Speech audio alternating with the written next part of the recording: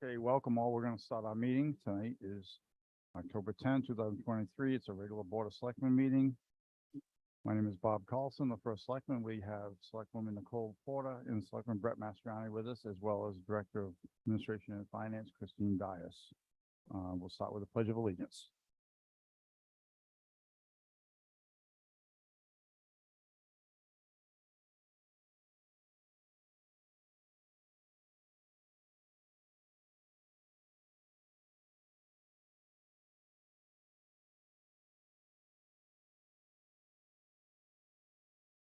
Okay, are there any public comments on non-agenda items? Public comments on non-agenda items? Anything online, Christine? Okay. Something new, we moved minutes up to the earlier part of our meeting. It used to be towards the end, so Nicole, if you want to start that. I will make a motion to approve the Town of North, can you hear me? Town of North Stonington Board of Selectmen special meeting minutes held at 5 Rocky Hollow Road, September 26, 2023, at 6 p.m. at the North Stonington Baptist Church as written. Second. Okay, we have a first and a second. Any discussion? Hearing none. All those in favor say aye. Aye. Okay, thank you. And I will make a motion to approve the Town of North Stonington's Board of Selectmen meeting minutes held at the North Stonington Education Center and via Zoom on September 26, 2023 at 6:30 p.m. as written. Second. Okay, first and a second. Any discussion? Hearing none. All those in favor say aye. Aye. Okay, any comments by either of the two selectmen this evening? Nothing? And actually, I don't have any comments either. So with that, we're going to look at the first, number 7 on the agenda, Reliance Health. We have some guests here from Reliance Health. Let's start with Kerry. You can use that microphone. Thank you.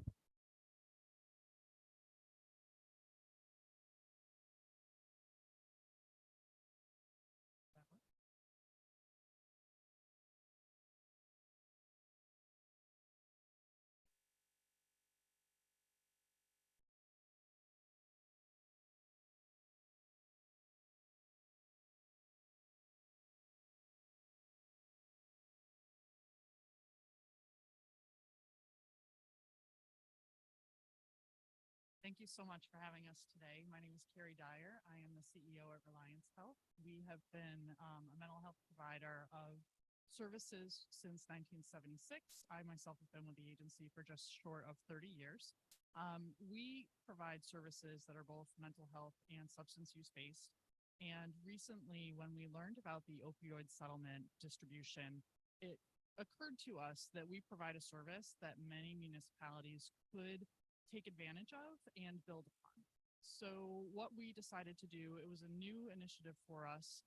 We decided to reach out to the different municipalities and say, we understand that there are settlement dollars being distributed. We understand that they need to be spent in a particular way. And we're already providing a service that aligns with those goals. So what we did was we sort of just threw that out there and said, this is what we're offering. We didn't do it in a prescribed way to say, here's a buffet of services that you can choose from, because we know that every town has its own unique features and unique needs. So our hope is that we can explain to you the types of services we currently offer with our Recovery Coach program and see if that aligns with the needs that you have here in your town specifically. And it's things like, could we offer Narcan training at your library specific to your town? Could we offer support groups to the families here? Could we offer educational supports within the school system? Those are all things that we would be interested in offering. And what I'll do is I'll pass the microphone over to Mike Doyle and Deanna, who do these services on a day-to-day basis, and they can explain to you a little bit better what it is that we offer. Thank you, Kerry.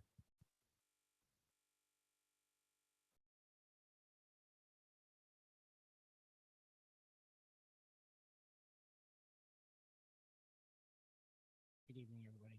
Thanks for having us tonight. As Carrie said, I'm Mike Doyle. I'm the director of the Recovery Coach program at Reliance Health.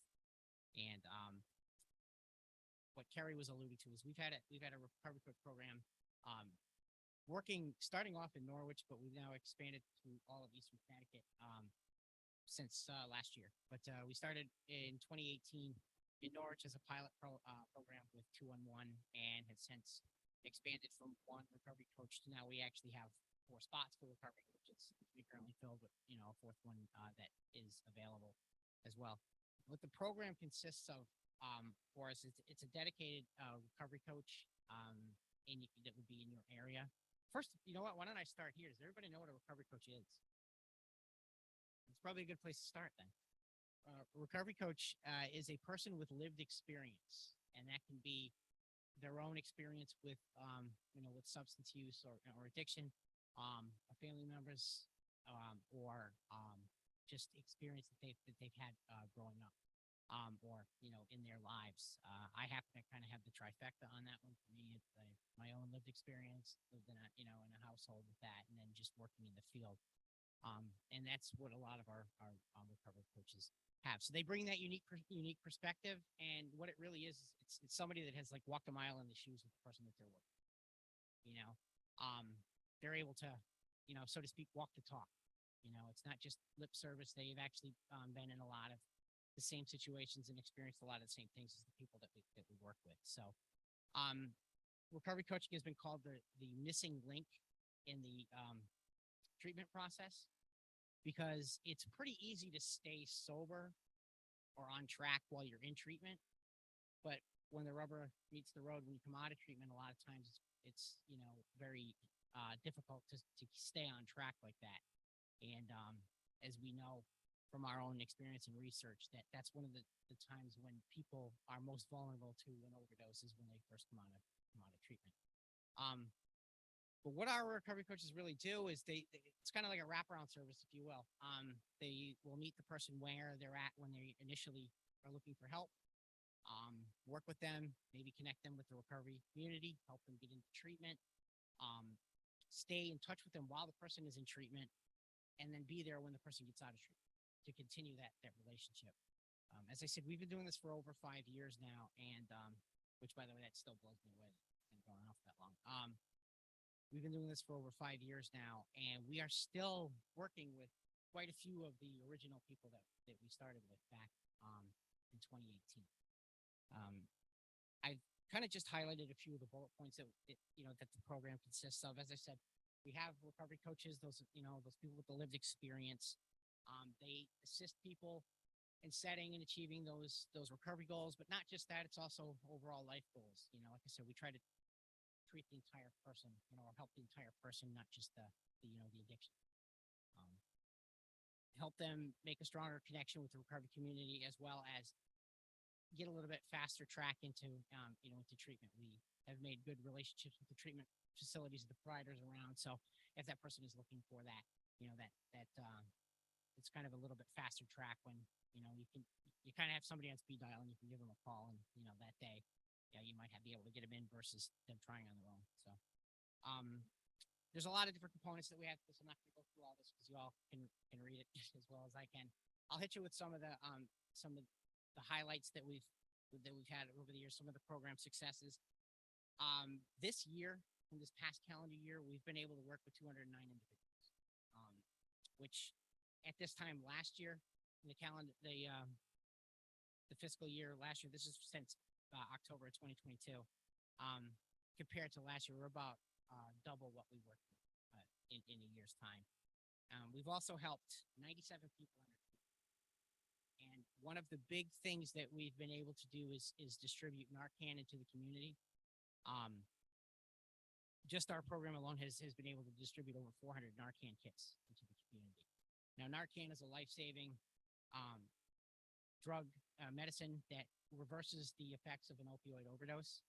And with the fentanyl problem and the opioids that are in the area, it's become necessary to be able to get as much of that out into the community as possible. We've also been able to train over 200 people, I think it's 223 people, on how to use the Narcan and how to administer it safely. So those are some things that you may want to consider, when you're looking at what your community needs.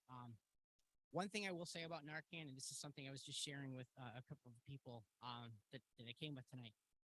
In Norwich, there were 97 total overdoses so far this year, in this calendar year. Okay. 36 of which Narcan was administered before EMS arrived.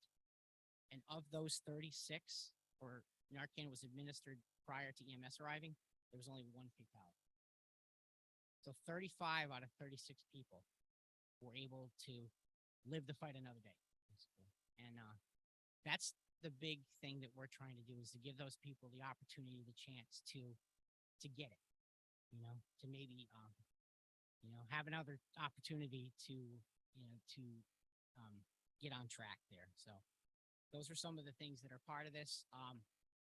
Every single one of my, the people that I work with, Deanna here is is my first recovery coach. And at one point it was just Deanna and I against the world, it felt like, every single one of my staff can train on Narcan, carries Narcan with them, is available, at a moment's notice, for contact, for somebody that's struggling with addiction that needs that help.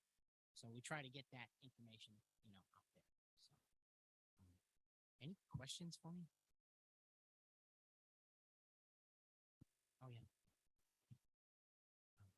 One other area that I wanted to talk about too, and this is something that's been, we've been doing since 2020 or so. 2020, initially with the Norwich Police Department, but now actually, starting probably later this month, we're going to be doing it with the Groton Police Department as well. And we do, anybody that has been administered Narcan or survives an overdose within Norwich or within Groton, we're able to go out and do a follow-up with a member of the community policing unit to go out and knock on their door and just talk to them. And, when that person, just give them support, give them options, give them information, bring Narcan out. Another big part of that is talking to the family members and supporting those family members, because they're going through this too, getting the education that they need, resources.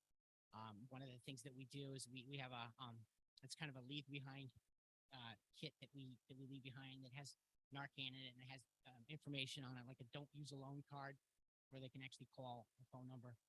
And if they don't call back if they don't pick the phone up within 5 minutes, they automatically dispatch 911 to their location. Some of the harm reduction supplies too as well. And basically just information, so that if they're not ready at that moment, when they are ready, they know who to call. We plant that seed of hope that their recovery is possible. So. Mike, just a comment, I guess. So, going back a few months, we as the selectmen recognized we had money coming in that we couldn't spend on anything but this. Yes. And we're not naive enough to think this only happens in cities, happens in New London and Norwich and so on. And we know it happens in North Stonington. It's probably a little more underground, but it does happen. And when I talked to your company, we said, well, your organization should say, we're looking to spend this money, but we don't know where to best spend it. I did contact Ledgelight, Jen Munzio. I have not heard back from her yet. She was supposed to be working on something, but in the meantime, I was able to speak to Erica and say, hey, we've got this situation in North Stonington. We've got this money coming in, and how can we best use it? One of the selectmen, Nicole Porter, is a nurse, and she's been a nurse for a number of years, and she deals with this a lot. And we had asked, so we started looking for organizations. I'm glad we found you. And I said, the only thing is that we have to make sure that we show that North Stonington is positively affected by this. I mean, so many times when we feel like money goes to Hartford from North Stonington and goes everywhere else, but doesn't come back to North Stonington. Right. So how does this come back to us? I'd like to think that there was no issue in North Stonington. We just give you the money and not have to worry about it. But Right. we know that's not the case. Right. So, Understand. and I think some of the things you talked about with education on the school level, Narcan education, and so on, I think those are things we'd like to make sure those are included, and maybe somehow track on how that's being done. Absolutely. And I think, thank you for that. And one of the biggest things that I think that we could do is that we're pretty nimble, and we're pretty versatile, and we can kind of come in and talk to you and see what direction you want us to go in. we're going to be one of those resources to where if you need a recovery coach to come in to talk to somebody, like say somebody walks into your social services, needs help with that recovery coach, you can give her a call, and Deanna actually will be the one that will come out, or set up a time to where you can meet. As far as like members of the community, and people that are affected by this, we could hold a Narcan training here, right here, and teach people about opioids, why it's necessary, how this works, and how it reverses it, and why it's needed. That's the type of thing that we can do. As far as with first responders and things of that nature, we could meet with your first responders here and see what the best solution is. And I know that some of the concerns that you have here are with a few of the hotels that you have that are in North Stonington, with some people that not necessarily residents, but people that are staying there. It's one of the things that we're trying to do a little bit more of in Norwich and in Groton too, is to kind of get out to those different businesses and say, hey, look, here's Narcan, here's how to use it. So I think that we do a little bit of outreach work in that area too, targeted to where you feel the best, use of our time would be, and the best use of resources would be on that too. We can make our own assessments on that, but also, help from the people who actually live here and know where the problem areas are would help too. So. Do you build relationships and have contact with our first responders in town, our ambulance service or our volunteer fire company? You do. Actually, this past Monday, I had a meeting in Norwich with fire, EMS, and police all sat down at the table, and there was no blood or anything like that. They all got together, and it was nice. It was friendly. So, no, it's kind of nice because we all like to stay on the same page. We're all trying to do the same thing. We're all trying to help people that need the help. We actually have our police department now is actually carrying Narcan. So some of the trainings that we've done for Narcan have been pretty cool. We did all of the Norwich, not all of, but a good chunk of Norwich City employees. We did the entire Norwich Police Department, I believe now. We did training at Joe Courtney's office. We did Joe Courtney's office. That was a cool one. Rose City Senior Center, because we realized there was a need for that based on some of the numbers that we were looking and tracking. There was a large population, over 60, that we were seeing overdoses. And that came from our follow-ups that we do with the police department, because what those follow-ups were doing, I'm trying to walk away from this thing, are allowing us to hit a population that we don't normally hit. We were hitting people that are employed, housed, have insurance. Most of the people that we work with on a day-to-day basis don't have that. They're either, homeless or underhoused, on state insurance, and it's the population that we normally, see and work with. So it was allowing us to kind of reach a different demographic, which was amazing. It was kind of something that we didn't really foresee when we started doing this. And we're like, wow, yeah, I guess that there's a section of the population too that, isn't really open about it, and they're still kind of doing it at home, if you will. So, any other questions? I have two kind of thoughts. I'd love to see a partnership with our North Stonington EMS. I'm interested in your follow-up visit that you make after an overdose. And how do you get that information, right? So in the moment, EMS will be dispatched to a home, to a location, and the Narcan's delivered, and half the time they wake up so quickly and then they'll refuse treatment. So the opportunity, even in an emergency department setting, is you don't even have that. So if our local EMS had information that could be given to the person in the moment, that maybe, after kind of absorbing everything that just happened, that they would pick up the phone and reach out. So I'm really interested in that. And then the other thing that I'm really interested in is some type of family support. I don't know if we can partner with the library to put on some type of an event there or even here, but I think, you mentioned just our hotels and our proximity to the casino.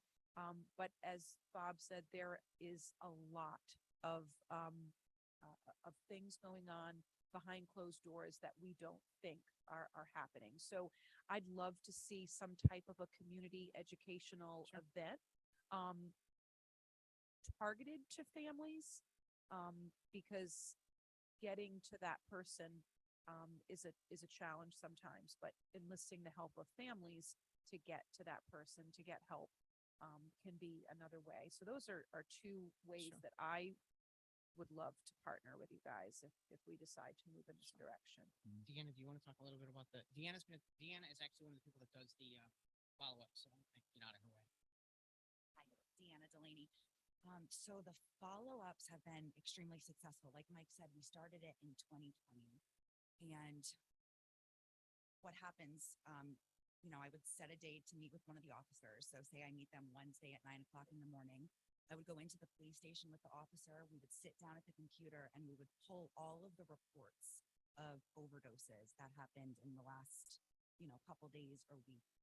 And when we pull those reports, the actual police reports, it gives us a narrative of what happened when the overdose occurred. So we would read those narratives and then we would go to the address where it occurred or the address of where the person lived if they didn't overdose in their own home. So I would go with a uniformed police officer. We would bring them Narcan. I would introduce myself as a recovery coach, someone who is in recovery from substance abuse. I would explain to them that I've been where they've been, how incredible it is that they survived this. I would kind of feel them out, see if they're interested in treatment. If they are, then that's something that we'd start that process right away, whether they need a detox or they need to get into an inpatient long-term treatment center or an outpatient type treatment. If they're not interested in that, maybe they just want therapy where they can talk with someone. I start them with that. No matter what they decide, if they're willing to work with a recovery coach, then I would stay in touch with them from that moment until they don't need me anymore. So that was extremely successful. That's how it started in 2020. So what it's evolved to up to present day is what we're doing with the Groton Police Department. So their chief just wrote it into their policy in Groton that if someone overdoses, their officer that's dispatched to that overdose calls me. So I'll be on call, or one of the other coaches will be on call, and we will drive right over the bridge and go to Groton and meet EMS and the police department where the overdose is happening. So when the person's being revived, we can literally follow them to the hospital, That's meet them fantastic. there. It's huge. So the follow-ups that we initially started doing were so important and super beneficial, but it's different when you're meeting with somebody a few days or a week after the overdose. Because anybody that knows anything about addiction, that window stays open for such a short period of time. So when someone wakes up, to have me or another recovery coach there who does the whole thing where I introduce myself, explain that I've been there, I've laid where they're laying, to catch them in that moment, it's going to be like game changing. And we're hoping to start this all over. Now that we have permission to go outside Norwich, we're hoping to start it in East Lyme, Waterford, Mystic, North Stonington, anyone who would have us. And I think that, our numbers with just the follow-ups that we've done in the past, it shows that it works. And I think if we're meeting people in that moment, it's going to be even more of a success. And like Mike said, a lot of, people that we work with, it's not just we get them into treatment and that's it. We get them into treatment and then we visit them while they're in treatment. We stay connected with them. We get on their visitor list. We get on their call logs.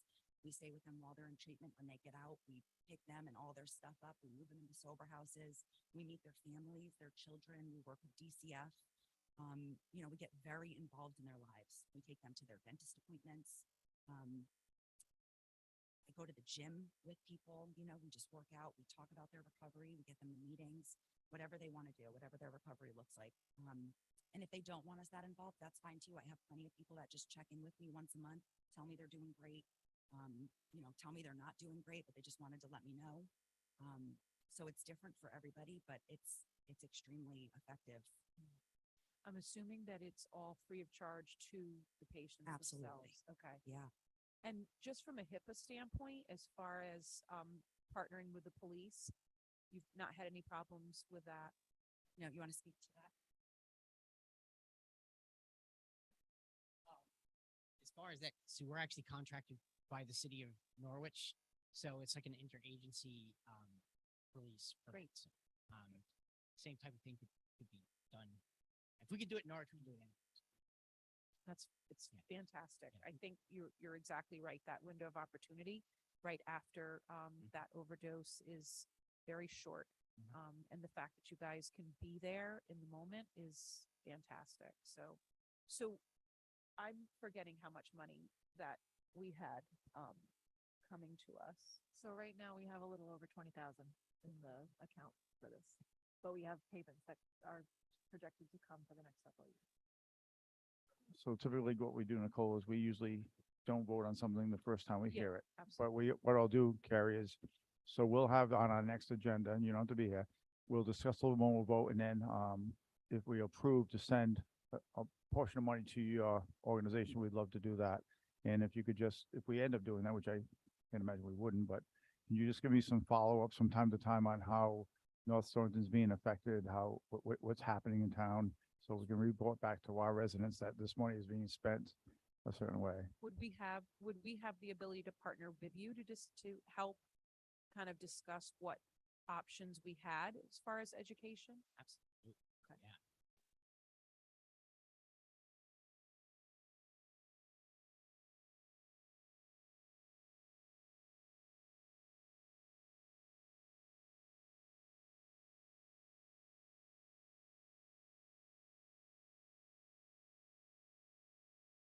Yeah. Yeah. You Yeah, keep statistics by town, people that you've helped by town or not specifically? those statistics that you see on the back two pages there are mostly Norwich. We don't really have any Groton in that one. Those are all Norwich statistics there. And I gave you the overall for 5 years, and then the last 12 months that we've been able to help people. Right. Gotcha. It- Okay. The Groton thing isn't actually official yet, but that's hopefully next week. We're supposed to. We're already supposed to have met with them, but the meeting got pushed a couple of weeks, as meetings do. How many Um, recovery coaches do you currently employ? We have 3 right Oh, now. just three. We have a 4th slot, but it's not filled right now. Waiting for the right person. Yeah. And Laura, you're one of may our neighbors. What do first you meeting. do?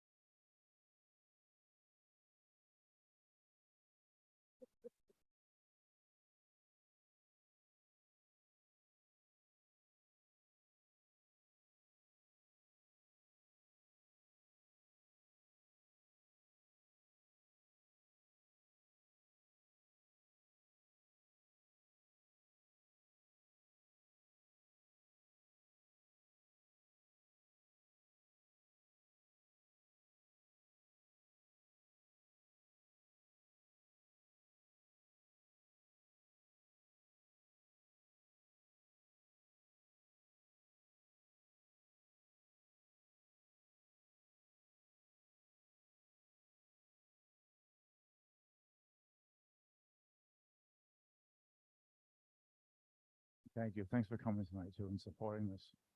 So that's where we'll go. We'll go with this. We'll discuss at our next meeting. I'll get a hold of, Carrie and say, I think I called you Erica earlier, sorry. Carrie, and, let her know what we decided to do, and then, you can tell us what next steps are, okay? Great. I had a few questions. Oh, I'm sorry, No, Brett. No worries.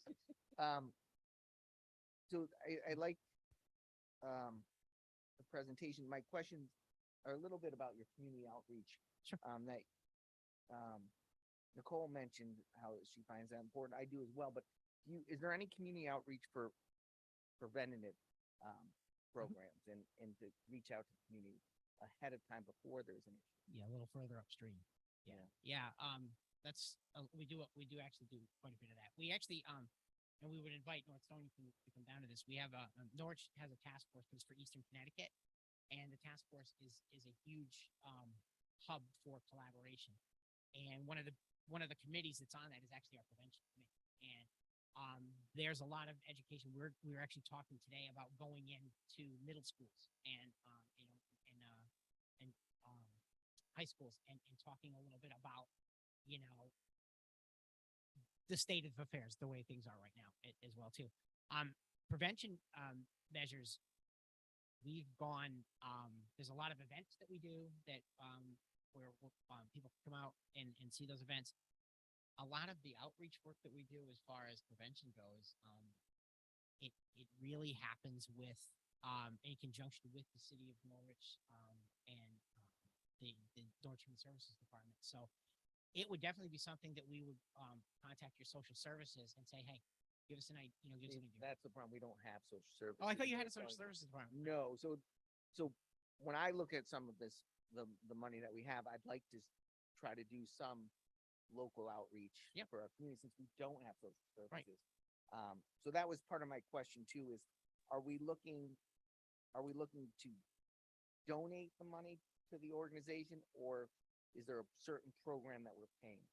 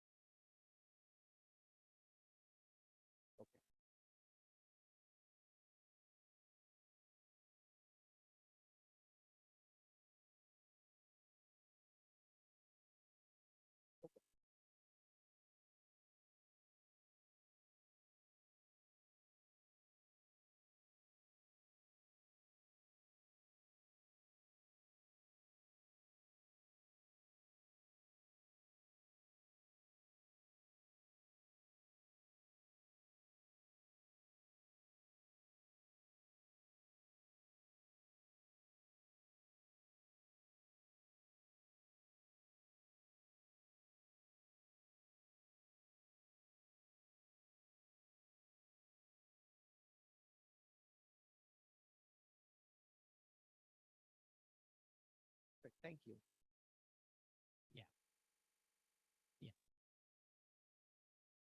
Different climate.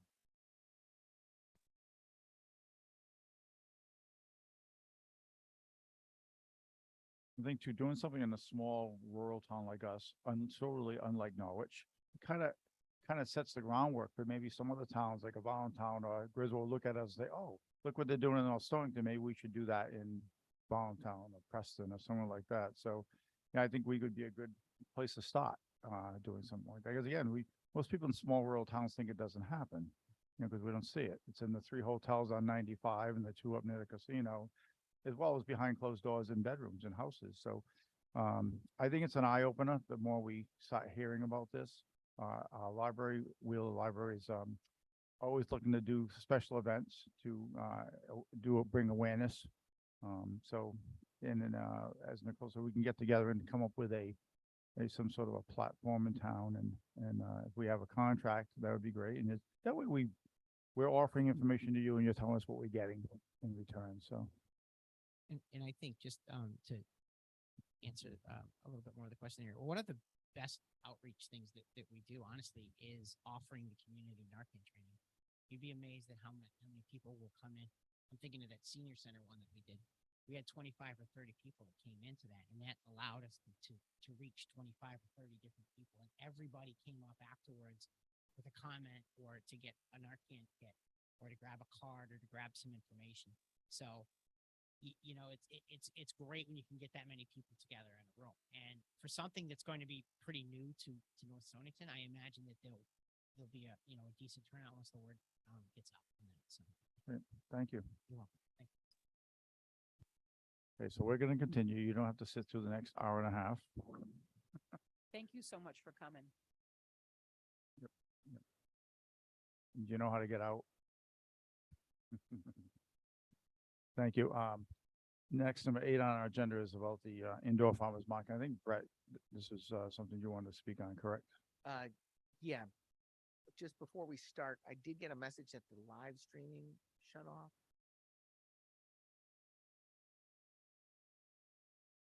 What's that? Says the video stream stopped. But okay. Maybe on the YouTube. Doesn't.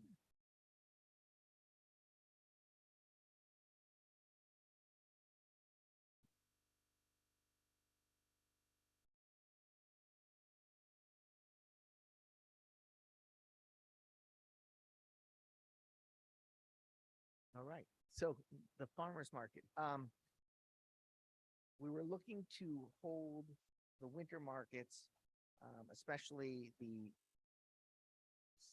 November and December in this location here to be consistent with the summer markets. Talking to our vendors, we felt like this would be a good spot to add that consistency to it. So it'd be in this room. We would obviously put the chairs back, clean up. And what we're planning on doing is the November one being giving focused. So with a food drive for Thanksgiving, we're going to talk to Ms. Costanza about that as well. And then December, the toy drive that I usually have at Holly Green, we're looking to move that here and doing it the same day as the farmer's market. That's basically it. So you try to do that, the toy drive out front, probably where there's more room. Yeah, the toy drive people would pull up. And how do you imagine that people will be coming into the farmers market through the main doors or? So if we put some stuff in the hallway into here, then through the main door, not through the side door. Or just not much? Unless when we measured everything out, everything worked perfectly in here, then we would just do the side door. Or maybe down get the the side. vendors park here and then have the people come in. We can get signage for you too. Yeah, and we can work out those details based on what you think is good, but we just want to be able to put those dates out that it's going to be here. And move forward with that. What dates are you looking?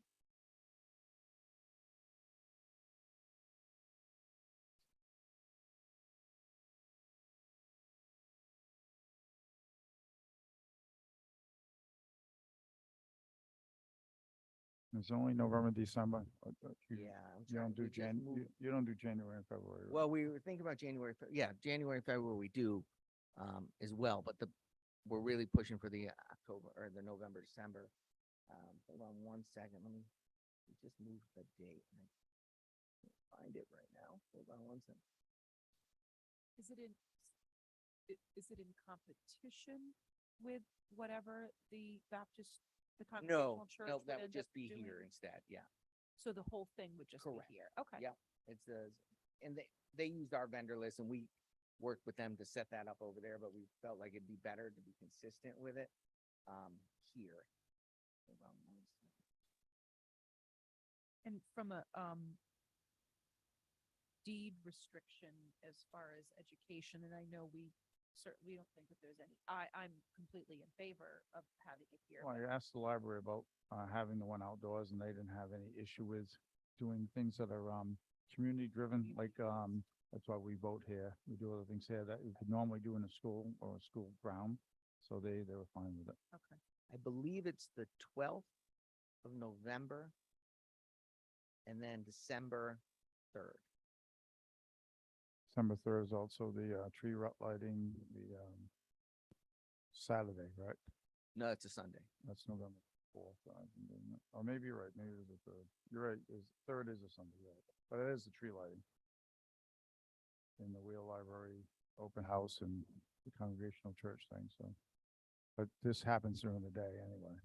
Right. Right, would you leave all this stuff as is? 'Cause we Yeah, don't so I would just move the podium over here and kind of just, Put this, all the seats. yeah, the the tables technology, would- yeah, Thank you. And maybe block this off some. yeah, we can somehow. blind. Well, I do think we need to work on this anyways, but yes. So just the December 3rd, because that's a lot happening all on December 3rd regarding the farmer's market. You don't think that that's too much? Okay. No. I mean, ideally, what we, as a business association prior, we tried to organize a holiday event where the churches were all doing something and the town was, and we were trying to do it all at the same day, but that turned into be a more difficult task because everybody is kind of territorial over their dates they've already had. So trying to move things to a common date wasn't.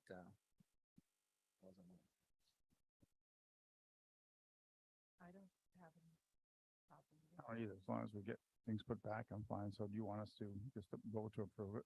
Yeah, I mean, if we need to vote, sure. I'll make a motion to approve the North Stonington Farmers Market to have their indoor farmers market on November 12th and December 3rd inside here.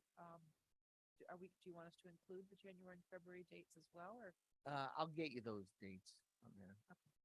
then I'll just blanketly make a motion to move the indoor farmers market here. I'll second that motion. Sure, Brian? Yeah, can you hear me? 'Cause I can hardly hear you guys, but I heard you Right. say something about a farmer's market, Oh, yes. and I was wondering, is the town gonna receive any money for opening up the town property for the farmer's market? No, not. There's permitting that is done whenever we have events. But other than that, there's no additional money for opening up this building now. Well, I just feel that, since people using town property for free, all the time, and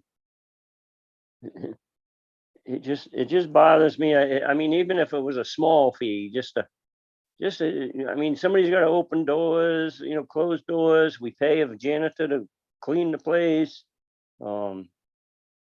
That's the way I feel about it anyways. I think the Our people that. town property is our town property. And I just No, feel I it think shouldn't that be in this free case- for all the time. Sorry, Brian, in this case, I think that the organizers would make sure that the room was put back and cleaned. And I think that when we do things like this, it's a positive for the town. We're helping the local farmers, which is what we try to do. I know you've spoken that many times about the farms in town and how we need to help our local farmers. So this helps promote them. So I think we as selectmen feel this just helps the town as a whole, and we can do it on town property. It was great. It's a great thing to do. I understand what you're saying, what some additional expense may be by opening up the room on a weekend day, on a Sunday, once a month. But I think that the benefit from it outweighs the small cost that it might cost the town to do that. Well, I just hope it don't set a precedent where, I don't know, maybe somebody wants to have a birthday party or something like that at on one of our town property. And, I don't know, is the town still responsible if somebody gets hurt? I mean, I'm just cautious about these things, that's all. Well, Right. I'm sorry. Brian, go We ahead. have insurance, liability insurance that we name the town as liable, as the party. Just like when you use Hewitt, or just like when we use outside, or just like any other organization that sometimes uses the town property that we require. So did you get that, Brian, that the farmer's market has their own insurance? Okay. So the rest of the building obviously is closed off, so nobody can get at any of the other rooms or anything, right? Yeah, we can make sure that the building's secure. And one of the selectmen is actually part of the farmer's market group, so I think that he'll be able to keep an eye on things. All right. I just had those questions, I very leery of different things going on at the 298 there. It seems like, I don't know, it just seems like it's getting used for things, but it's good, like you say, it is for farmers, but there's other buildings in town that people could use too, I would think. It isn't from the town, but I just don't like to see the town doing all this free stuff, that's all. It should be something that in it for the taxpayers. Okay, so there is things for the taxpayers because we're giving them an event to attend. They do have to pull permits and they carry their own insurance. So I think they check most of the boxes when it comes to this, and we have a selectman that's on the committee who can keep an eye on the event. And we do also have different community organizations and town organizations that do have tables for community education. Right. At the event. We'd like to have something still be free, Brian.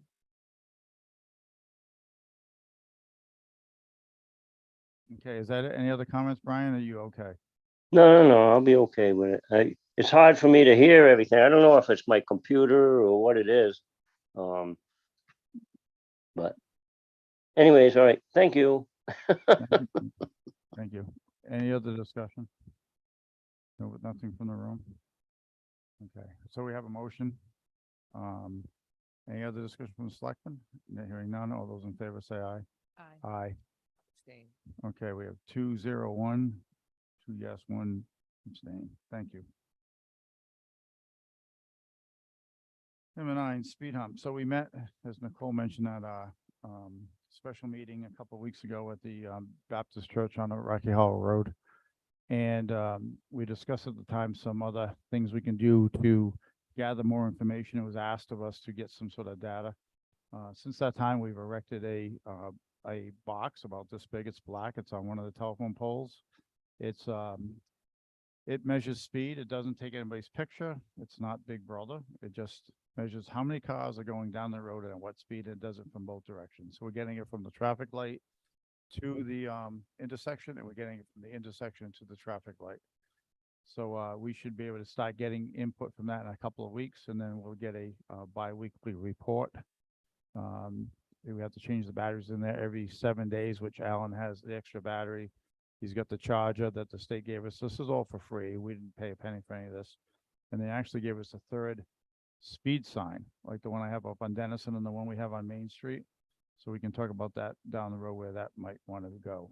I mean, I'm sure there's plenty of towns that would love to see a speed sign on their road, since we know that's a problem in our town. So, but that's all I have on this. The speed hump has been kind of tabled until the next spring, as far as once we get all the data to come back and visit this through a select meeting, decide what we want to do. There's also been a thought of maybe after a few months of putting this camera in, the detector of speed is possibly then put in a stop sign at the intersection and see if that changes the data at all. So that's it. Any questions? That was my only comment was, is it something that we want to look into putting that stop sign, make it 3-way stop sign? I think if we collect data for maybe a month or two first, then put it in, see how it changes the data would make sense. Okay. Nicole, you good with that? Okay. Any comments, questions on that topic? Next, we have 2 resolutions tonight. The first one is the EMPG grant that's in your packet, and I guess I do have to read the resolve on this. And basically what this, well, I'm going to read it, then you'll know what it is. Okay, so resolve that the town of North Stonington may enter into with and deliver to the State of Connecticut Department of Emergency Services and Public Protection, Division of Emergency Management and Homeland Security, any and all documents which it deems to be necessary and appropriate. And further resolved that Robert A. Carlson, as the first selectman of Town of North Stonington, is authorized and directed to execute and deliver any and all documents on behalf of the Town of North Stonington, and to do and perform all acts and things which he or she deems to be necessary or appropriate to carry out the terms of such documents, including but not limited to executing, delivering all agreements and documents contemplated by such documents. So basically what this is for the management director, emergency services, and allows me in certain circumstances to be able to perform those documents while calling a meeting. This is something that's done every year by whoever the first selectman happens to be at that time.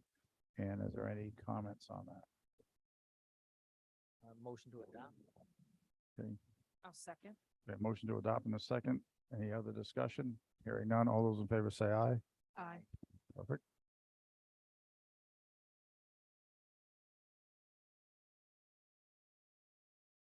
Okay, so the second resolution is, I guess you can say, good news, right?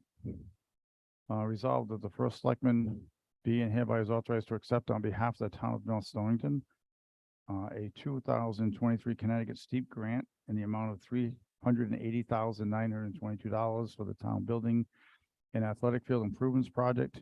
And further resolved that the first selectman, Robert A. Carlson, is hereby authorized to enter into and execute any and all agreements, contracts, and documents necessary to obtain said 2023 steep grant with the state of Connecticut. Motion to adopt. Second. Okay, any other discussion? All those in favor say aye. Aye. Aye. Thank you.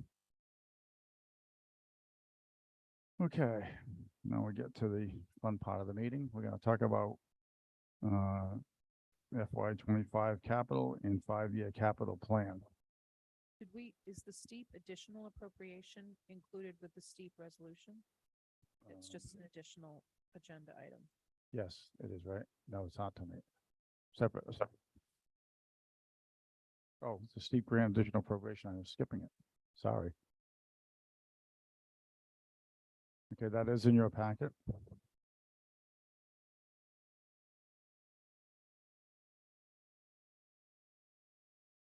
Yeah, why don't you go through it? So when we submitted the steep grant application, we asked for $380,922, which is for the roof replacement, the HVAC system upgrade for central office, and the athletic fields irrigation. So we are looking for an additional appropriation of $426,153 to create a new capital account for this project. That includes the $380,922 that will be reimbursed by the state, as well as the roof replacement and HVAC system upgrade town portion. So the Board of Ed will be paying their match from their non-lapsing account. So this is asking for all the rest of the funds that are needed for the project. Motion to approve. We have a motion approved from Brett. So you want some more explanation on this? Okay. So we have to approve it. Took a look on my. Yes, I could see that. Do I have to rescind my motion? I think it should be No, motion you and can second make and then discussion. I'll second, Okay. but can we now discuss? Sure. So as we have in the past with steep grants, we are responsible for a 20% match, but we have to appropriate the money and then we get reimbursed once the project's done. So the money is, especially the state portion, isn't in our budget anywhere. We didn't know about it when we went into making the budget. So we asked for an additional appropriation because we have to spend the money and then get reimbursed from the state after the fact. But it's a full reimbursement. So the $380,922 would be reimbursed.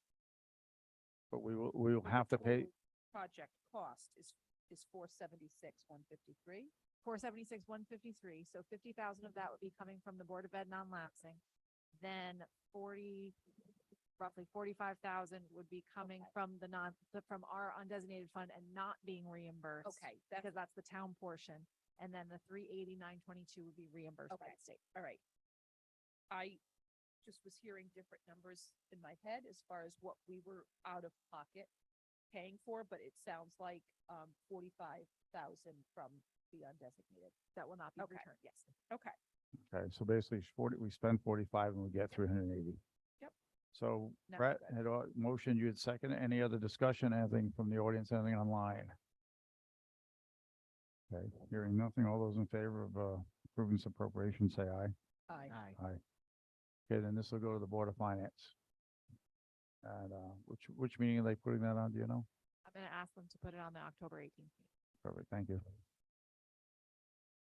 So now we're at capital.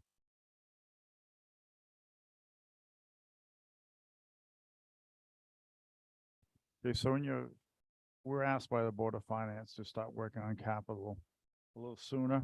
We know that when you go through the budget season and we're asked to cut the budget, the first place we typically go is capital because that's where the biggest dollar amounts are. We've asked our groups that usually produce ask when it comes to capital to give us a 5-year and a 20-year capital plan, which we have in front of us. And I don't know how deep you want to dig into this evening, but I think it's the first time we've really seen it.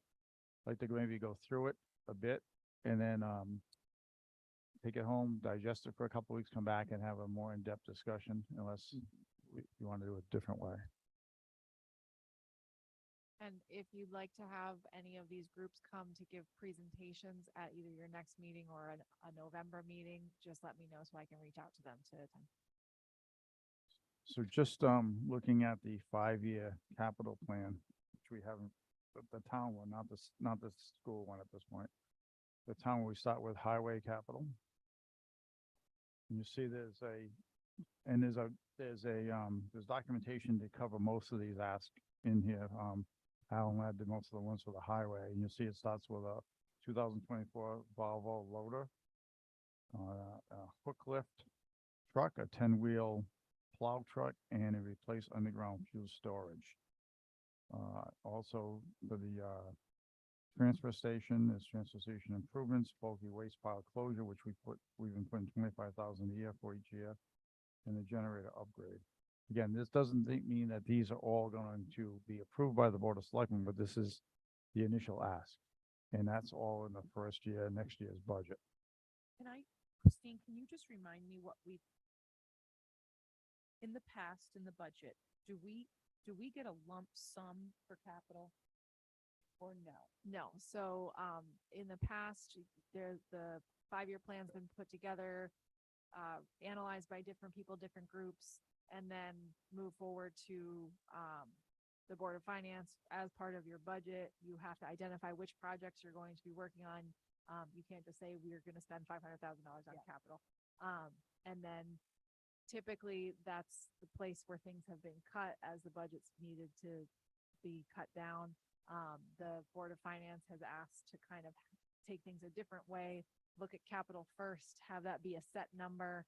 And then when we get to budget time, that's a known, just like our redemption of debt is. So when we go into the budget, we know that we have a certain amount of money that needs to be spent to repay the debt on the school project and on the Center for Emergency Services. So this would be treated the same way, that it's just a known factor and wouldn't be cut if budget cuts need to happen.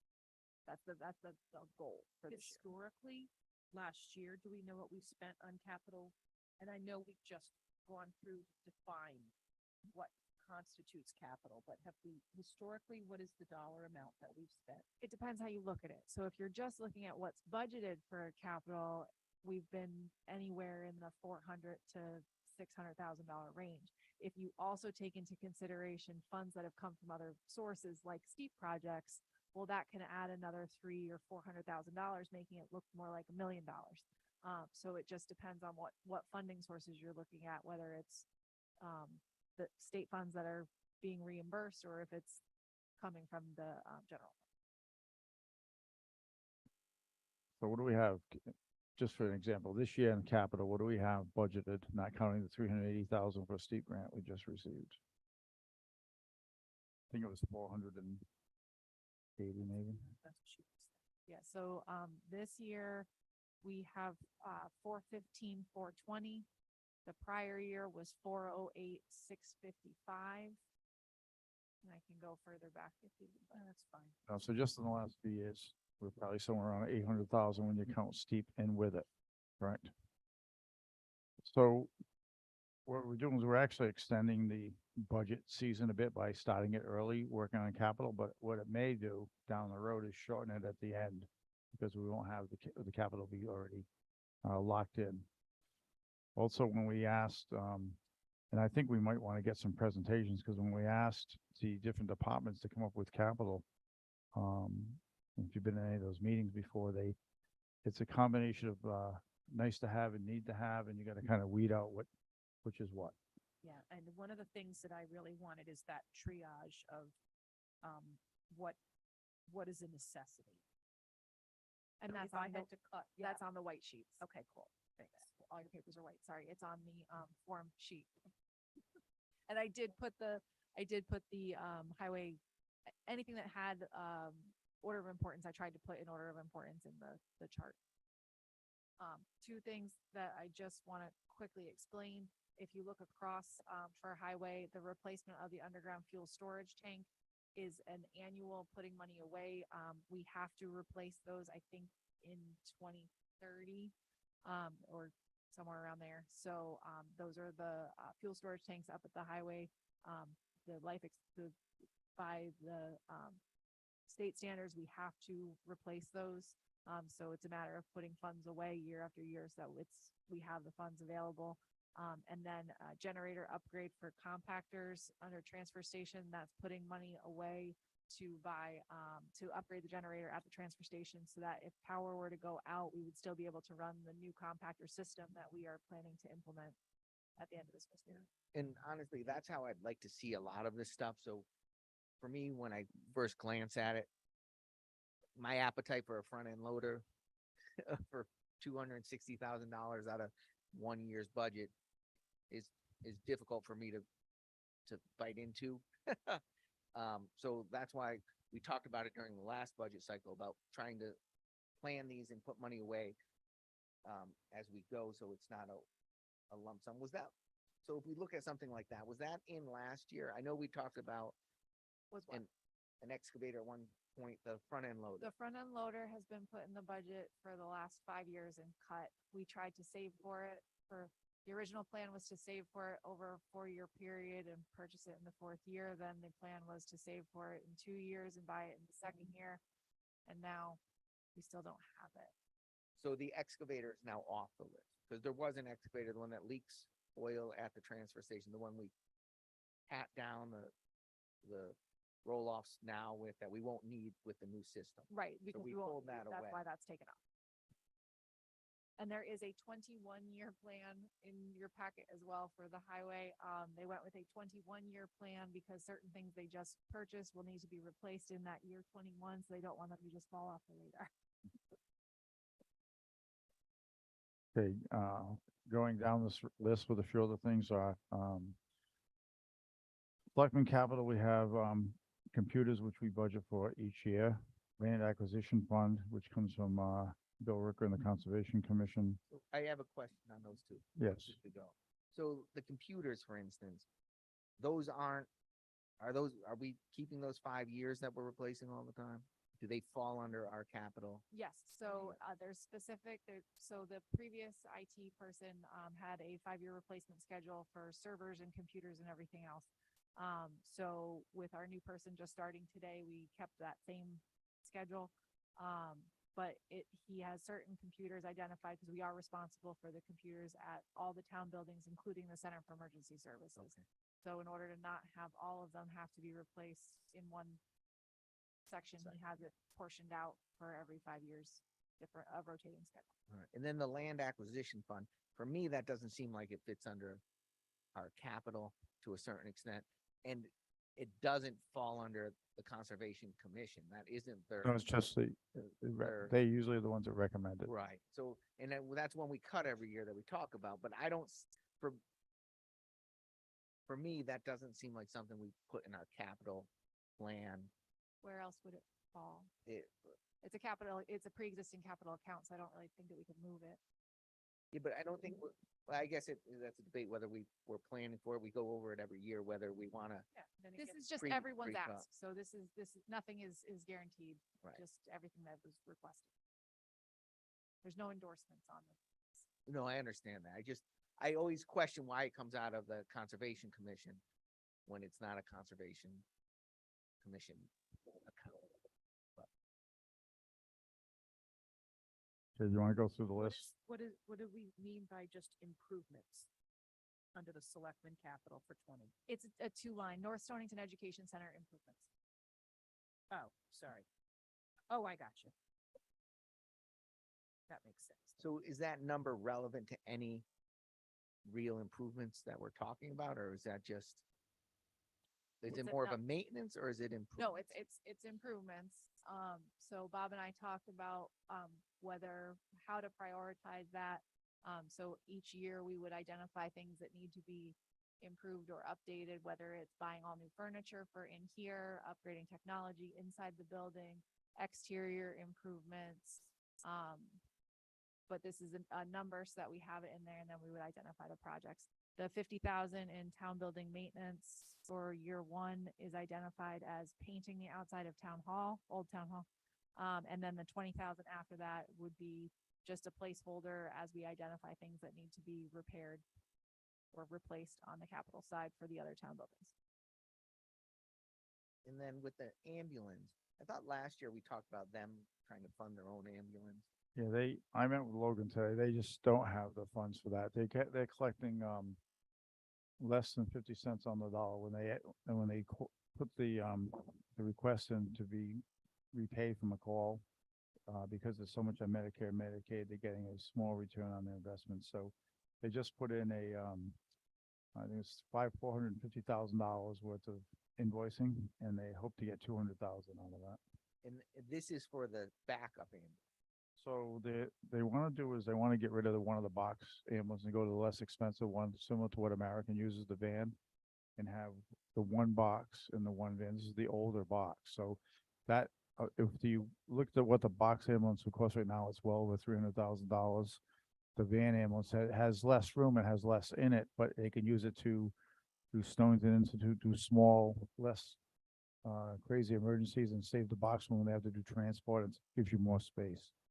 So they thought that maybe a combination it would be less expensive to do a combination of two different types of ambulances in town rather than two box ambulances. Again, we can get presentations from any and all of these people when we want to. We also put in a line for flyover and mapping, but we don't have a cost or a year. So we just wanted to identify that that is a need, but we don't know when or how much. And then the tanker, that's what we're already paying back. That's correct. Correct. Yes. Yep. Yep. So the last payment on that is in FY 28. I just want to make sure that we didn't need a new tanker all of a sudden. No. And we just bought. All right. And you see the Quint, that is I was gonna ask, they're gonna come up and have a presentation with the Board of Selectmen prior to budget season. That's that truck we talked about, the Quint ladder. Ladder truck. Yeah, so they're not looking to put that in the budget because they think that with the deal they're gonna get on it is, and they think, I'm surprised he's got the, No, Bob, the Quint is to buy in fiscal year 27 for 990. but that's the brand new one. Yes. But he had told me when he came to the office and talked about the other one, the used one he can get from Colchester, he can get 5 years out of it. So I don't want to see a number in here for 5 years, not in year 3. That's when he'll have to do a presentation. I mean, we hear one story and then there's something else, so. So then on the reval, we're already putting money away for 2030. Yes. So it was We do a reval in 2025 too. right. So Daryl got an estimate for reval in 2025 at about 80,000. And then that will pretty much wipe out all the funds that we have for reval. So I was putting 25,000 away for the 5 years to have 125,000 for the full reval in 2030, with potentially needing to put that last 25 in case it goes over and when we have it in that actual year.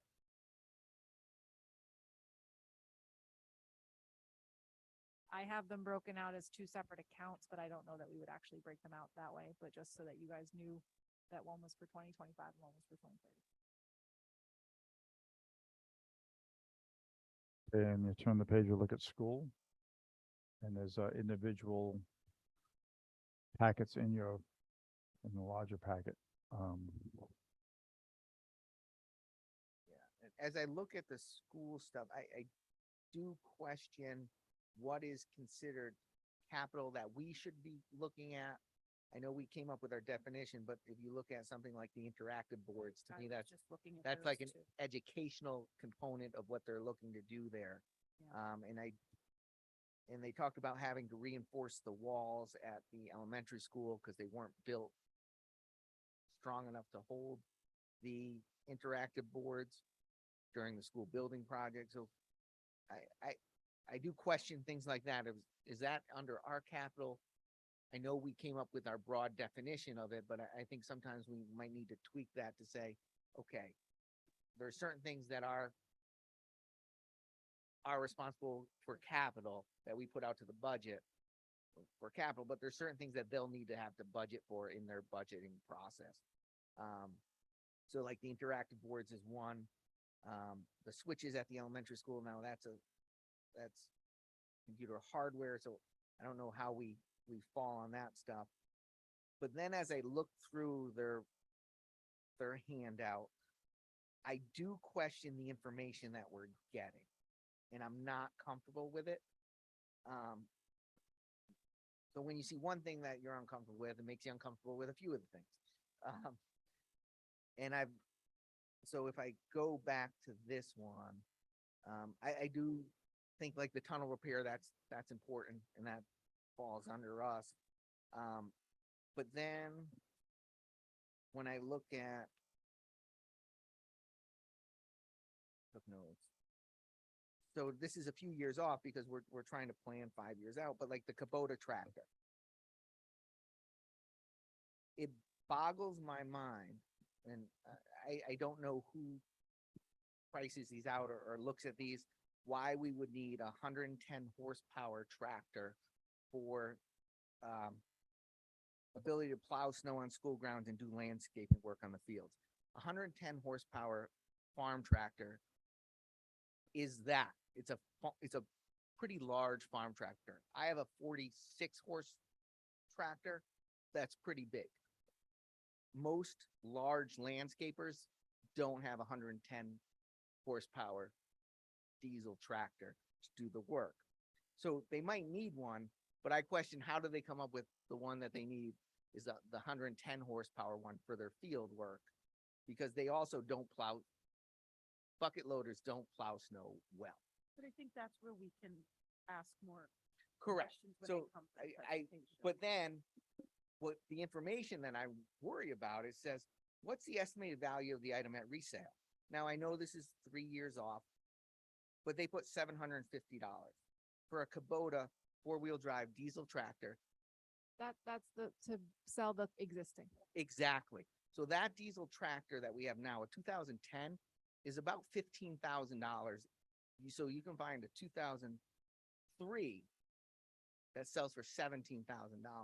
They have a life expectancy about 7,000 to 10,000 hours. So I understand the age, but I'd like to know the hours, and I'd like realistic numbers of what it would sell for. So there's a big difference between $750 and even on a low end, say $10,000, because that's what we're realistically talking about. And then when I go to the Gator, they want a 4x2, which that it should be a 4x4 if they're using it outside.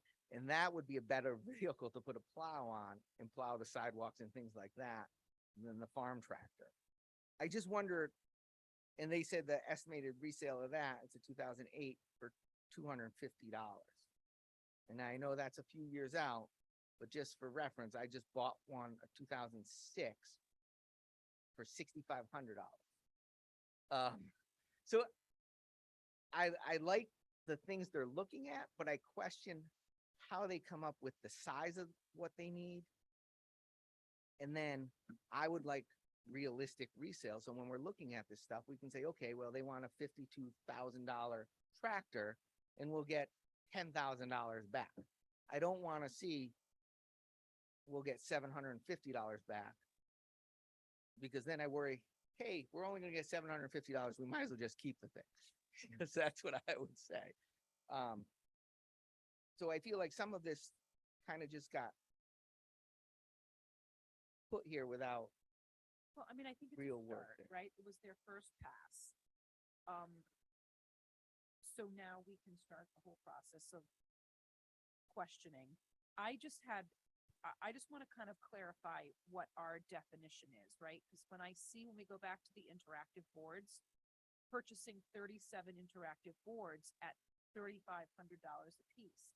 So in my world, that isn't capital, like your one item needs to be over the threshold. They're lumping something that could be operationalized little at a time into one big purchase. And again, and I know we've talked before in my corporate world versus a municipal town, but that to me doesn't constitute capital. They're $3,500 a piece. They just want to purchase 37 of them at a time. And to me, that kind of goes against what I'm used to for capital. I just don't know what your thoughts are. So I agree with what you're saying, but that's not how we treat computers for the town side. So Okay. So the we gotta line do- yep. is 14,000. And out of that, it's like 5 computers and server and some things. So you lump it all So into one. but is purchase. that the right way? That's, if we want to change that, that's Yeah. fine, but then on the town side, we'll need to increase the operating by that 14,000.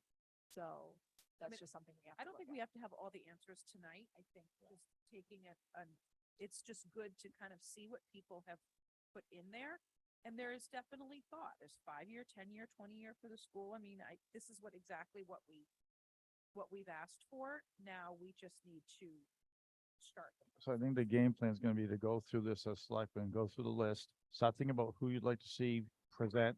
Yeah. We come up with a, calendar as when, we don't want them all in one night, obviously, and some that will take longer, put them maybe by themselves. I don't know if the schools ever presented to the Board of Selectmen on capital. Usually they present to the Board of Finance. Correct? Correct, but we haven't really had many projects included in the capital budget. So there's gonna be something that's a little bit new, asking the superintendent and the board chair, that's who it is, to come to the Board of Selectmen and present your capital plan, so, But I did give them the heads up when Troy and I spoke today. okay. Because ultimately, we approve the capital to send. Right. Yeah, in my point about the dollars is, I just like to know somewhat accurate information when we're looking at. When we've sold a lot of the items, we've ended up having to send them to auction and we do not get a lot of money back for But them. that couldn't be our process. But I can tell you on these items, I know them pretty well. And the size of the tractor doesn't make sense. There's a few things that don't make sense to me. But I do agree about, like, we do have to look into like the boards, and with Nicole's comment, I mean, you can make anything capital If based you on purchase enough of them. yeah. purchasing enough. So if all of a sudden they say, hey, we want 500 Chromebooks or whatever at this, and this is capital, not from our educational budget, where do we decide? I would also like to see not that the Board of Ed has a lot of high ticket things, but I do want to ask for the saving and putting away a certain dollar amount each year, so that in that final year, when it needs to be purchased, we have all, if not most, of what we need. So the interactive boards, I don't know if that's something that, if we decide does go under capital, if that's something that can be saved for and or divided up into installments. And I don't know, do we need to buy 37 boards all at once, or can we outfit some of the classrooms? That's what we need them for. Yeah, well, I mean, we're not experts in that, but I would No. think you wouldn't want to buy them all at once. You'd want to, because we have interactive they're boards all gonna now. When you come, want to yeah. rotate them as they Yeah. come. But I don't know, in the past, Bob, you were on the Board of Ed and the Selectmen for, is that something that would fall under outside the educational budget when you needed? No, when I was there, when we did anything with computers or boards, it was always done through the Board of Ed budget. It wasn't done through the town capital. At least that's why I remember it. And when you said there's no big ticket items, you must not have seen the second page. I think that's the wish list. Though, isn't The second page for the Board of Ed. it? Yeah. Yes. Oh, okay.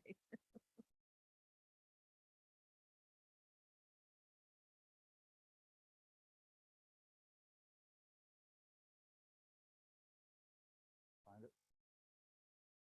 No, but I will.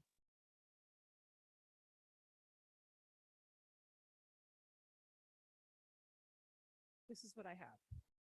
No, it's mixed in. It's actually in the beginning of the Board of Ed one.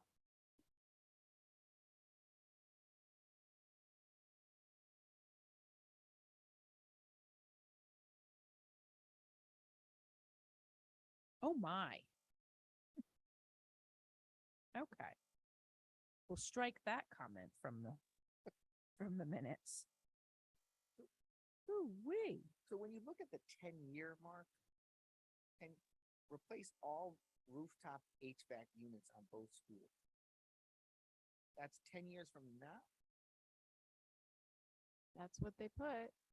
And we would talk about a lot of commercial units have 10-year warranties, even though we replace them. So, I know they were looking for the warranty book today.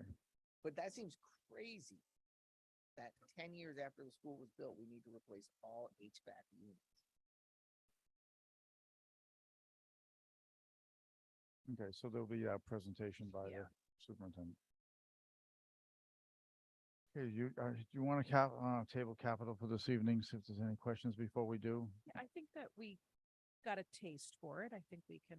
Mr. Murphy, I think I'd like to make a comment. Sean?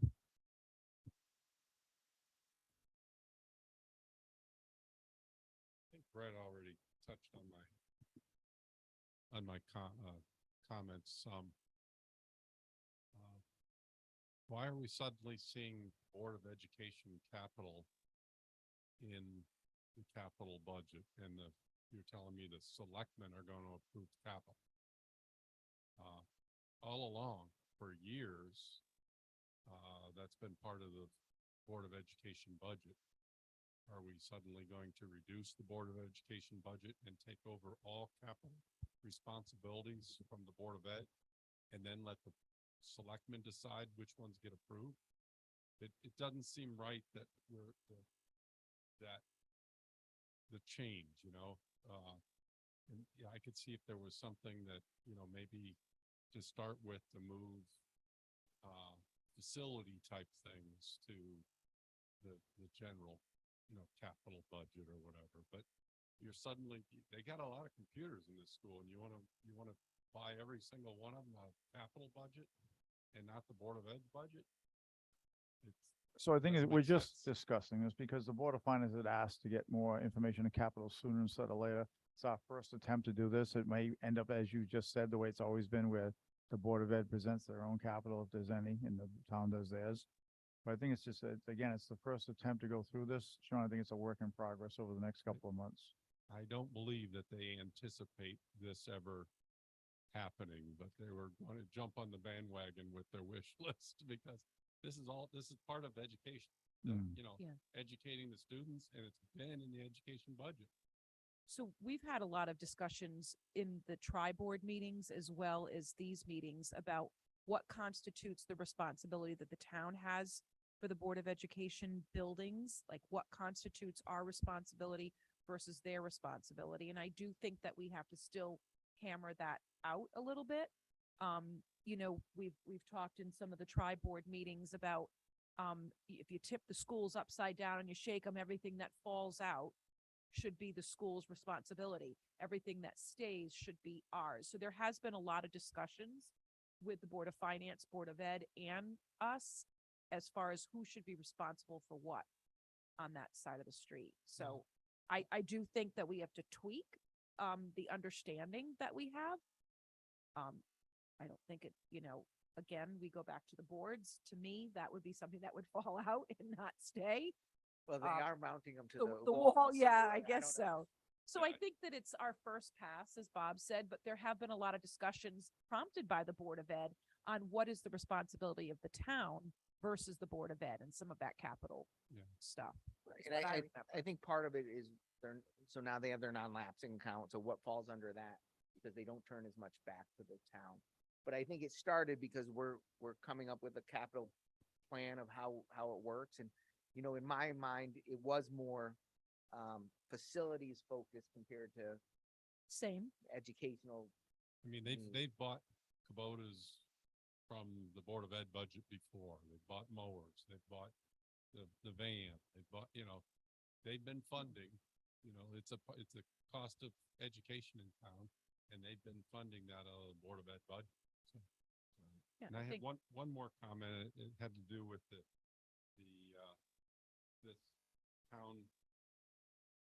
town building repair and maintenance account that it sounds like you're going to come up with a list of projects every year when you present the number, but we have 2 or 3 years of balance left in that account now that we've funded. I think any list that is created of projects we should first use this fund. There's you know, the last report I have, there's $60,000 in that account. And every year, and it doesn't appear that any money was used out of it last year. I don't know. I can't see the ins and outs of it here, but $60,000 is quite a balance to be left to have at this time of the year. I mean, I don't think you got 60,000 this year, did you? We put 30,000 in it this 30, year. so it's 2 years worth of, and now you're asking for more for the same projects that have been cited before. Well, we haven't approved any of this Okay. yet. So, Right. but I will agree with you. I don't think we should be just putting money aside away without knowing what we're gonna slate that for, because I'm not a big proponent of pre-taxing our residents. No, But if I we have understand. projects, like I know we're talking about painting town hall and stuff like that, so you would think that would all come out of, And don't forget something that like in the spring, it's still this year. right. So we still have, we're going to the cold weather months now, but we're gonna have the spring and then we'll be, And we're currently pricing out a project that needs to come out of that account now. So I would just think that if we're putting money in, we have projects at least in Right, our so the- mind earmarked So for the those. 50,000 that we have in there is earmarked for painting of Old Town Hall. In fiscal year. Paul 20. Johnson, do you have a question?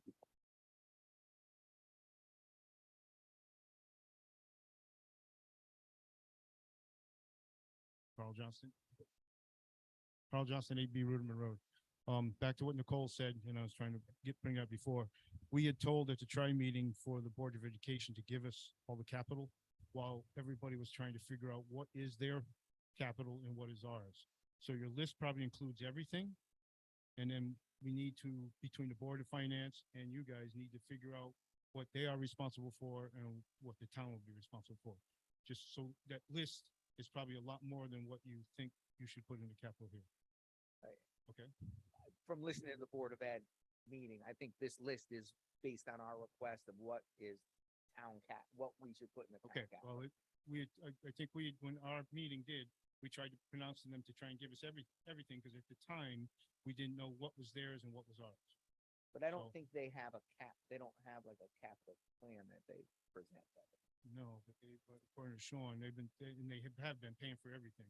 And a lot of the items you got on there should be theirs and not yours. Thank you, Carl. Okay, so any other discussion on this, or can we table it to the next meeting? We're good? Okay. Let's move on. Tax refunds. Oh, sorry, before we move on, so we didn't get anything from any other commission. Well, We we have didn't Rex and- mention the 30,000 for pickleball, but it's in the packet. Oh, yeah, I do, okay, can we, before we, Sure. on the pickleball, Yeah, how did we go up from, I know we were 25 and then we were about 10 is from what I heard. How'd we end up at 30? so they thought that if for some reason that we weren't able to do it on these grounds, convert the basketball court to pickleball, what it would cost them to build it across the street at the rec building. So the 30 is to build To it create fully? new courts. Create a brand new one out of scratch across the Yeah, street take at the a rec building. grass area and So did they David. vote on, like, is that their, They haven't done anything with that yet. They're coming to what's us, their priority? they're coming to us at the next meeting to withdraw their original ask, which we approved for 2,500 to convert that to 2 courts. And they're gonna ask us to take that back, rescind it, and then ask us for the $6,000 in ARPA funds to make that into 3 courts. they put And if this we in. did that, then we'd wipe this away. Correct. They Yes. put this in because they didn't know what was gonna happen and they wanted to make sure that pickleball was identified as a recreation priority. We still have to decide what we're doing with the entire piece of land and if pickleball fits in with it. I'm not saying that it doesn't. I am in favor of pickleball. I think there's a big support out there for it. But I think it needs to fit in with what the town decides they want to do with the area. Agreed.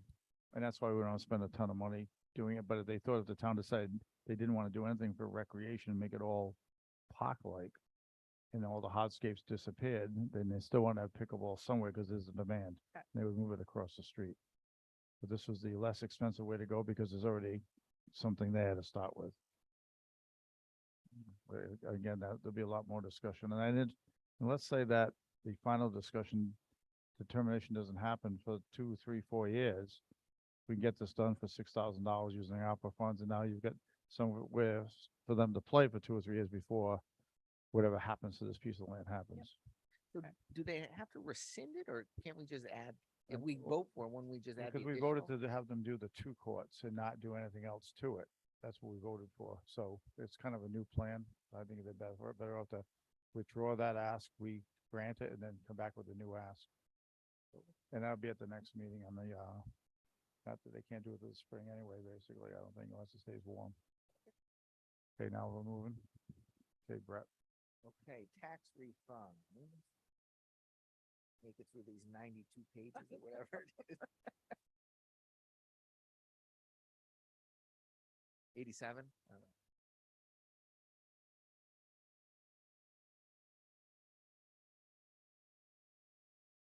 No, I saw it. and I almost wonder if it would be worth it to have 3 tablets That's it.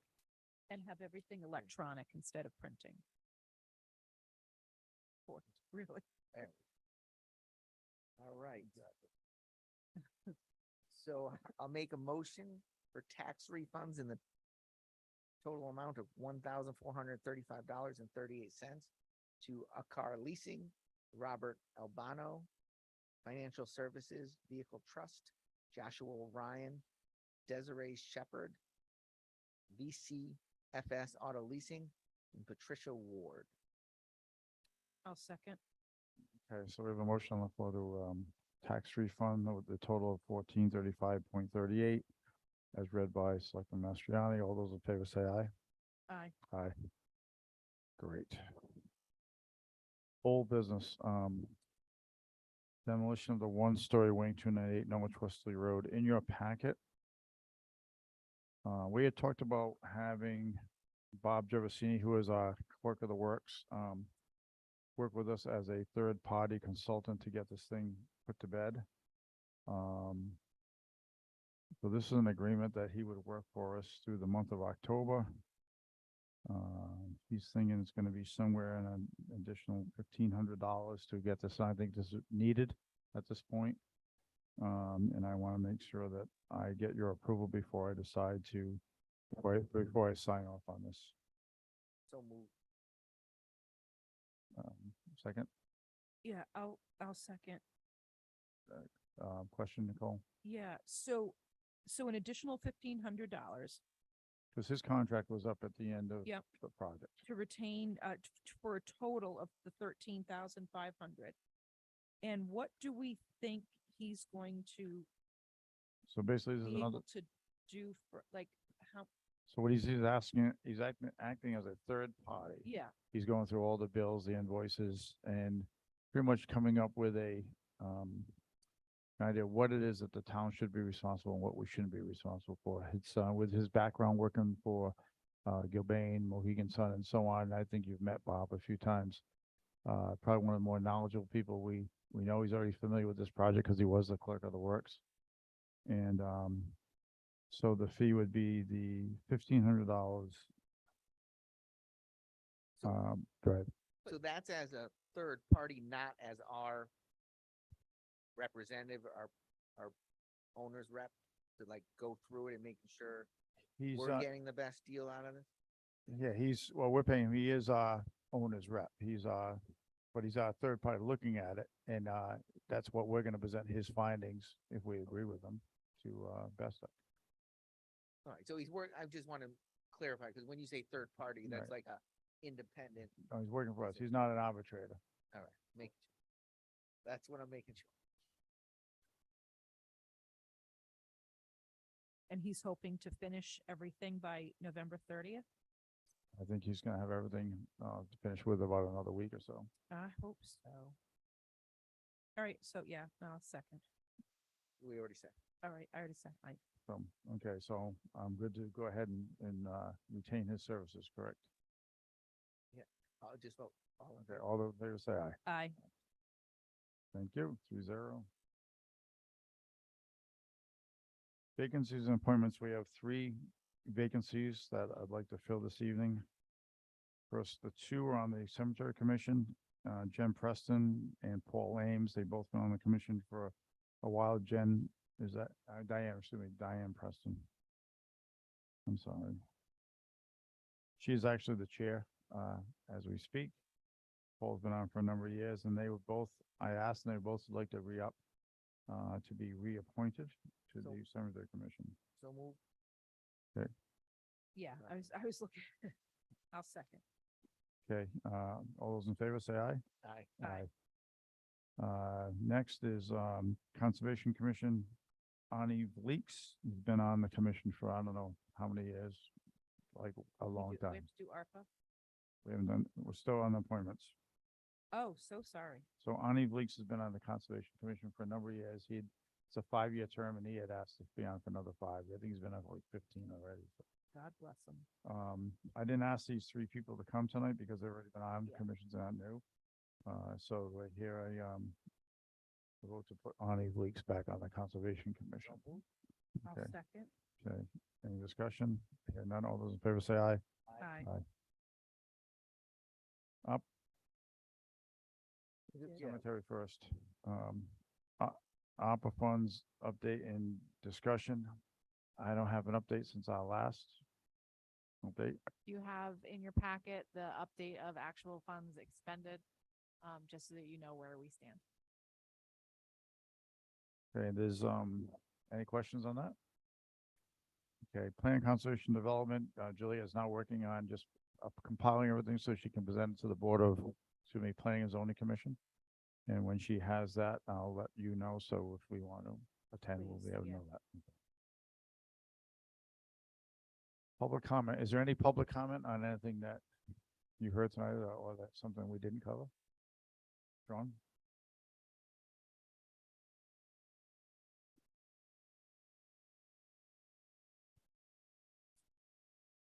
I just wanted to give an update. I know we made some changes to the current fiscal year budget, increasing the amount of short-term interest for the town, which was $4,200, and it looks like we decided on 20,000 at budget time. That is budgeted in there. I did some calculations with the 2 CDs and then our sweep account now being in a variable interest account, currently 2%. We actually should see over $100,000, probably about $113,000 this fiscal year in short-term interest, based on the investments that have been made. Yes, thank you, Sean. Also, in the 2 CDs, I think that would somewhere around another $50,000. My number included those. Okay, it did. Okay, perfect. Thank you. Thank you. A nice job on those, by the way. Thank you. Any other comment? Next meet, go I ahead. had a question on that. So next year, will that be in the budget somewhere, those expected? Yes, so when we will still have the one CD, we'll figure out what we're doing with the second CD at that point. We'll be able to project those interest rates. And then it all depends on where things are at. The 2% is a variable, so it depends on what the market is doing at that We point. just make sure we budget lower. Conservative, yes. But it was a nice windfall for us by changing. I mean, it's something that hasn't happened in a while with interest rates being this high, but it was nice that he took advantage of it and the town took advantage. Thank you. Okay, our next meeting is October 24th, 2023. I'll entertain a motion for adjournment. Second. Okay, all in favor, say aye. Aye. Aye.